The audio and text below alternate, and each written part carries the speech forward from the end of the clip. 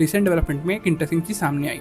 Trump administration ने directly Japan और Australia को पूछा कि इन केस अगर चाइना ताइवान पर अटैक करता है तो आप यूएस को कैसे सपोर्ट करोगे।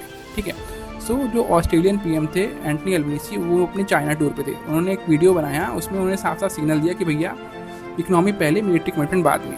उन्होंने ये भी सिग्नल दिया कि ऑस्ट्रेलिया की इकनॉमी का 1/4 हिस्सा तो चाइना के साथ ट्रेड पे डिपेंड करता है।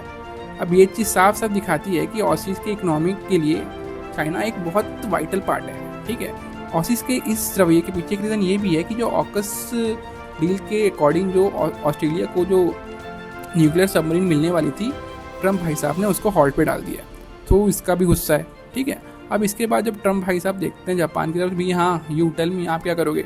इन दैट केस जापान ने कुछ बोला तो नहीं, लेकिन जापान ने भी ये साफ साफ सिग्नल दिया है कि भाई अब उनको ऑटोनॉमी चाहिए, वो उनको डिपेंड नहीं रहना यूएस के ऊपर। अब इस इंस्टेंस के बाद ना क्वाड की जो यूनिटी और फ्रजाइल दिख रही है। ठीक है, ऑस्ट्रेलिया इकोनॉमी फर्स्ट अप्रोच पे चल रहा है, जापान को ऑटोनॉमी चाहिए। ठीक है, इंडिया ट्रेडिशनली एम्बिगुअस रहता है ताइवान के मैटर को लेके। तो ये सब चाइना को कॉन्फिडेंस देती है कि भाई अगर मैंने कल अटैक किया ताइवान के ऊपर तो कोई भी वेस्टर्न पावर नहीं है जो काउंटर करने आएगा।